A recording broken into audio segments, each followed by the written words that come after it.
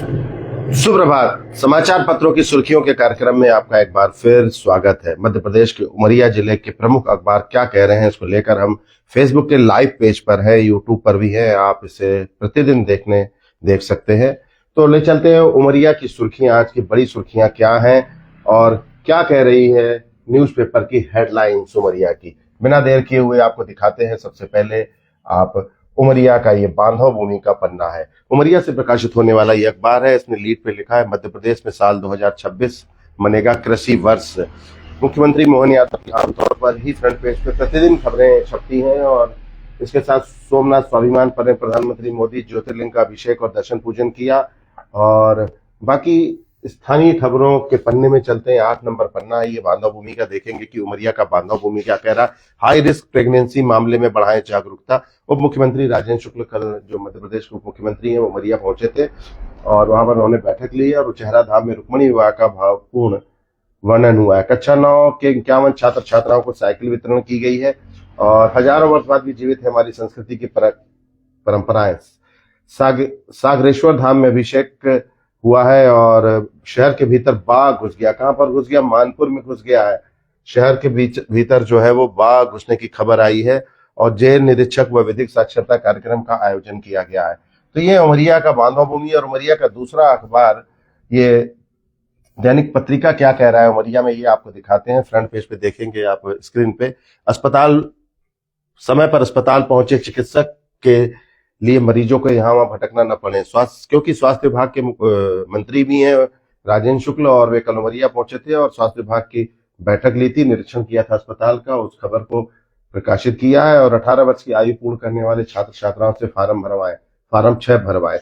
आदर्श college में नामांकन शिविर का आयोजन हुआ। कलेक्टर को नीम का पौधा फेंक कर शुरुआत की गई है। पर्यावरण संरक्षण में लगे युवाओं के द्वारा मोमबत्ती की रोशनी में जंगल में चल रहा जुआ फर। चंदनिया में जुआ का फर चल रहा है। शहडोल और उमरिया से लगी ये सीमा है। इस खबर को जगह दी है पत्रिका ने।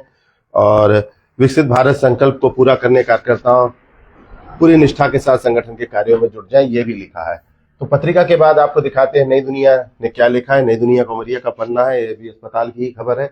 राजेंद्र शुक्ला कल पहुंचे थे, स्वास्थ्य मंत्री हैं, उप मुख्यमंत्री हैं, वे पहुंचे थे। उसी बैठक की खबर को लीड में जगह है। दूसरी खबर दी है, उपकरणों के सुधार करने वाली संस्था नहीं देती शिकायतों पर ध्यान। कौन कह रहा है? क्षेत्रीय संचालक। ये भी स्वास्थ्य सेवा वाले कह रहे हैं। और मनरेगा को कमजोर कर मजदूरों का हक छीनने का प्रयास किया जा रहा है। कांग्रेस लगातार मनरेगा को लेकर मुखर हो रही है कि उसका नाम बदल दिया गया। केवल नाम नहीं बदला, मनरेगा का योजनाओं का ढांचा भी बदल दिया गया, ये कहना है कांग्रेस का। उप मुख्यमंत्री सागरेश्वर धाम पहुंचे थे, इसकी खबर है। नगर समस्याओं को लेकर कांग्रेस ने एसडीएम को ज्ञापन सौंपा है। पाली में भी भाजपा नेता और कार्यकर्ता गांव के शिव मंदिरों में पूजा अर्चना कर अभिषेक करें। बांधवगढ़ में ब्लॉक 2 के बाद सामान्य वन मंडलों में कैमरे लगेंगे। पैदल गणना का काम भी शुरू। बांधवगढ़ की एक न एक खबर सामने प्रतिदिन ही आती रहती है। ये उमरिया का राज एक्सप्रेस का पन्ना है। राज एक्सप्रेस उमरिया क्या कह रहा है देखेंगे। इन्होंने भी राजेंद्र शुक्ला की खबर को लीड में जगह दी है और बगल में भी राजेंद्र शुक्ला साइड डीसी में ही है। पूरी सरकारी खबरें हैं बैठकों की। युवा शक्ति से बनेगा विश्वगुरु, डॉक्टर पुणेंद्र सक्सेना कह रहे हैं। और यहाँ पर एक कार्यक्रम का आयोजन हुआ था, उसकी खबर है। उप मुख्यमंत्री की सागरेश्वर वाली खबर है। और एक खबर और है, कुएं में मिला बाघ का शव, वन विभाग ने किया पीएम अंतिम संस्कार।